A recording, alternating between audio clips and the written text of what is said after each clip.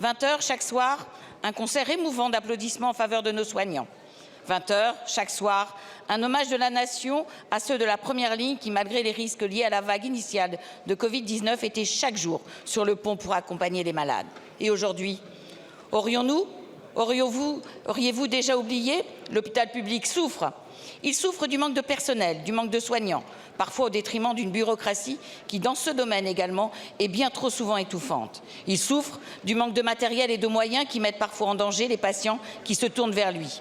Si un seul fait devait être cité pour illustrer la situation dramatique dans laquelle notre hôpital public se trouve, ce serait celui de ce patient ayant passé 24 heures aux urgences de l'hôpital de Langres en Haute-Marne avant d'être déplacé dans le garage de ce même hôpital à défaut de chambres disponibles.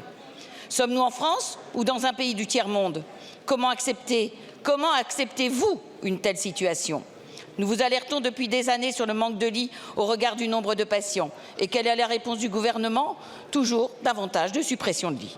Une étude de l'adresse publiée récemment fait état d'une suppression de 43 000 lits d'hospitalisation depuis une dizaine d'années, avec 4 900 lits supprimés pour la seule année 2023. Quand allez-vous cesser cette folie?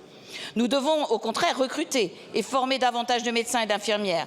Nous devons leur donner les moyens nécessaires à l'exercice de leur mission de service public et non se contenter de belles déclarations qui ne sont jamais suivies d'effets.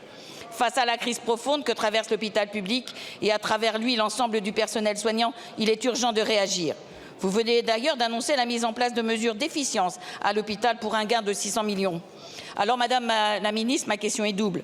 Quand allez-vous enfin prendre conscience de cette terrible situation et y apporter des réponses nécessaires? Et quelles sont ces mesures d'efficience annoncées? Je vous remercie.